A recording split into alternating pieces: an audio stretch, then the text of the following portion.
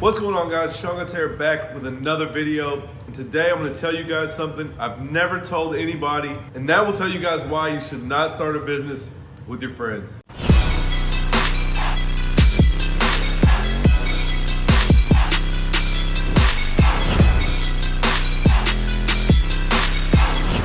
Alright guys, so this is something I haven't talked about to a lot of people. It's a story from a long time ago, and the people that were around obviously know what happened.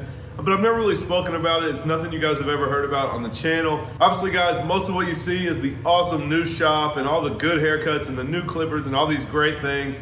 You guys know if you watch my tutorials, I like to tell you guys when I mess up and where I fall short, just to make sure that you guys that are beginners can understand that all of us that are ahead of the game have made mistakes and had things happen that weren't the best. And it's not all glitz and glamour that you guys see on Instagram and YouTube. Now, first off guys, before I get into the story, I want to tell you guys, this is about two of my best friends. I'm not gonna use their names. If you guys know, you know.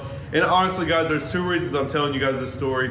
One, obviously I want you guys to learn from my experiences, and I'm gonna tell you some of the things that went wrong, and hopefully that can help you guys in the future if you guys wanna start your own shop. And also guys, to be totally honest with you, this has been a big issue and something I deal with, just this anger from this situation. And honestly, I'm hoping I can tell it to you guys, put it out there, and move on from it. So I even wanna say to the guys in this video, if you guys see this video somehow or another, I don't wanna worry about this anymore. I'm moving on from it. It's a long time ago, and we're gonna move forward positive from here. But anyway guys, like I said, I had two best friends. For their sake, we're not gonna call them by their names. We will call them Eric and Bob. And these guys were my best friends for a lot of years. At this point, probably 15 years ago is when I met them. We worked at B-Dubs together. You guys know I was a manager at B-Dubs. I had also gotten them a job as servers at B-Dubs with me. And we were very similar. We had a lot of the same hobbies, and we were all good with our hands and just doing different things. And that is why at the end of the day, they decided to go to barber school. So I was already in barber school. I had been a barber for about a year and a half, and these guys decided that they wanted to go to barber school as well. And if you guys have heard the story, the goal was that by the time they graduated, I would open up a shop. So Klutch, the first barber shop, was open so that these guys would have a place to work. And so when they graduated, they would come in one by one. You know, they all went to school at different times. And so Eric actually came first. That's kind of weird calling him Eric, but Eric actually came first. And we'll start with his story first, guys. It's a pretty short one. I kind of had an idea for a few years at that point, and something was a little different. I wasn't sure what was going on. He had changed a little bit, but ended up he was doing drugs. I won't elaborate on that. I don't need to talk about it any more than that, but he was doing some drugs and kind of spiraling out of control. And he was actually taken to jail soon after he started working for me. And so I had to let him go at that point. And he had really just become a person I didn't really know. Not the same friend that I had years ago. So obviously guys, that's one friend already out of the picture, and he lasted about a month at the barbershop. So not many people ever saw him here. He was in none of the videos. If you guys followed me a long time ago, he wasn't even in those videos. But that was kind of the first issue I had, and that really has nothing to do with being friends. Just a struggle he had. But just imagine guys, had he been my partner or been involved in the money and had a drug problem, you know, what that could have done. So he was out of the picture. My other friend Bob that I mentioned was the fifth barber to come and work at Klutch. And now when we started the shop, guys, we all had this idea to work together, but Bob had some more goals to really maybe help run the shop and hopefully profit from that in the future, and I was on board with that. So early on, he took on some more responsibilities. He was the first person to go on appointments, and he got super booked up, really following my lead. Like I said, guys, I've been cutting for 2.5 years at that point, and so I was able to just really show him the blueprint. He came up super busy, talented at cutting hair, but then we started to hit some issues. So first off, like I said, he wanted to take some ownership. And obviously guys, I already owned the shop. The lease was in my name. All the bills were in my name. So we're not talking about literal ownership, but those of you who know the barber Phil that is my manager now at the shop, that was my goal for Bob to jump into. So it started off slowly, guys. I was gonna give him some tasks that he could take off of my workload that he could help with. And I had no problem eventually, once we got there, to sharing some of the profits or whatever that looks like, you know, in the future. Now I want to add in real quick, guys, that at one point he went through a tough time and had to find somewhere to live. I had a 2-bedroom apartment and I had a space. So of course, like a best friend would do, I told him, come on, he could have the spare room. And actually him and his baby moved in. So he didn't have the baby all the time, but you know, I offered my place up to my best friend and his baby. So he was living with me, and I will go ahead and tell you guys, and I think that's gonna add to part of this story. But basically guys, as time went on, when I would ask even small things like, hey man, make sure, if you will, you know, sweep up the hair around your station before you leave. I noticed a couple nights you left, there was hair at the station. and he would kind of blow up. And it started off small at first, like kind of just being sarcastic back, like, oh man, hair on the floor is gonna kill somebody. You know, and that's obviously not the issue, guys. We want to keep a clean workspace. He was wanting to be a manager or be more a part of the shop, and so those are important things. So as time went on, those problems began to get worse. And so again, we're talking about minor things like, hey man, do you mind to take the trash out when you're done with that cut? And so his attitude had kind of shifted, and like I said, he was very busy. So he was cutting hair all day, every day. You know, I can't say that he wasn't, but when it came to doing other things, he would tell me that he was busy cutting hair all day. When does he have time to do those other things? And obviously, if I want to own the shop, I have to find the time to do those other things. Clearly, guys, I was cutting hair open to close as well, full schedule.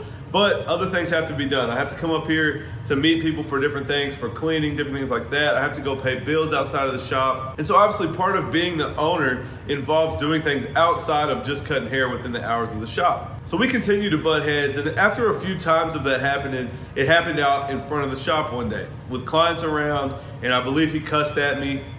Going back, he would say he didn't cuss at me. But either way, in front of the whole shop and clientele, I asked him to do something, and he kind of got rude back. And so I remember I took him out back, and guys, this happened multiple times.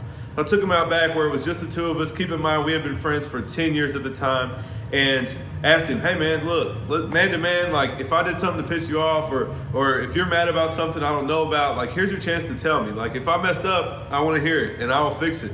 And like I said, this first time, he said there wasn't a problem.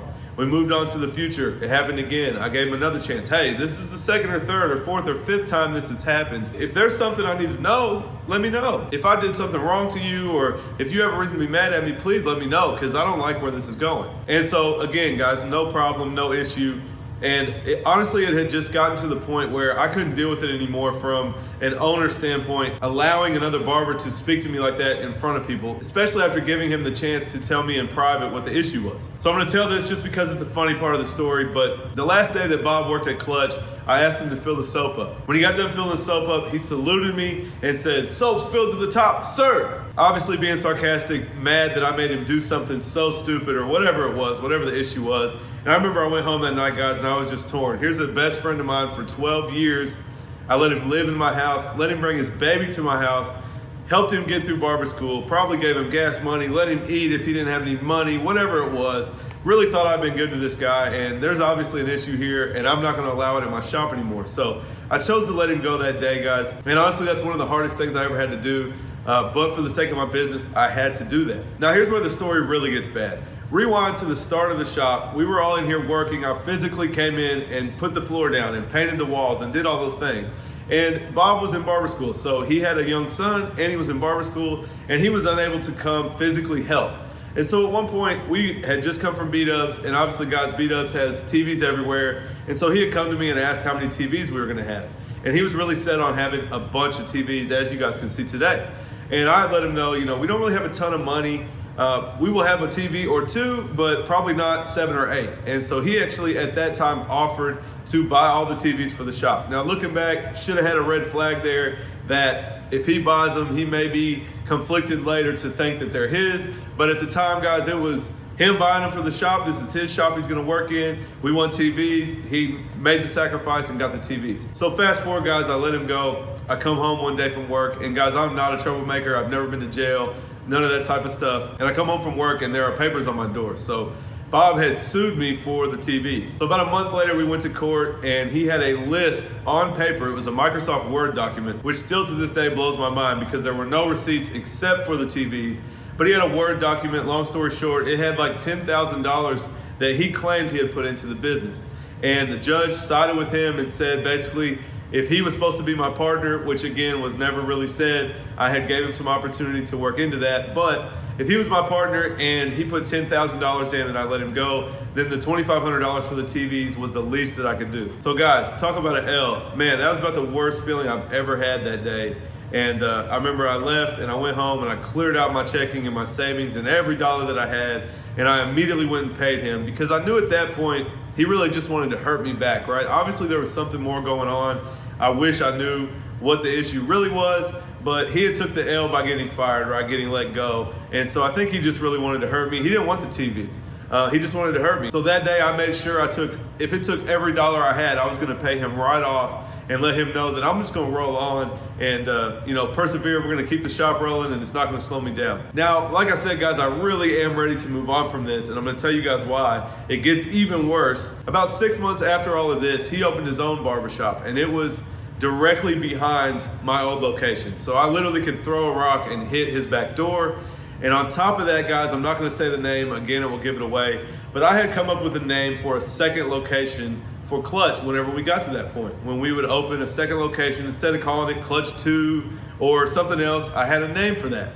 Well, he opened his barbershop and took the name that I came up with. So anyway, guys, man, I mean, I've never been so mad in my life. This was one of the roughest times I've ever been through. And what it really taught me was just that when you become the boss and you're working with your friends, honestly, even if we were partners, guys, when you involve money and running the business, it really complicates things, and it's gonna start to drive in between your friendship. And I'll even be honest, guys, a lot of the guys in my shop now, yes, we are friends, but me being the owner, me furthering myself as far as YouTube and taking my career seriously has driven a wedge between my friendship with a lot of these guys. I do still consider them friends, but it has changed the dynamic of our relationship. So really, guys, like I said, the point of this video, I want you guys just to know that those are some real issues that you can go through when you're running a shop. And honestly, looking back in general, opening a shop is a tough task. It's been a heck of a ride.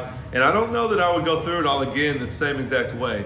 And obviously, guys, I don't have to say it, I would have been a little more careful about how all that stuff went down when involving friends in the business. Now again, guys, that's the end of the story. Like I said, I want to move on from it.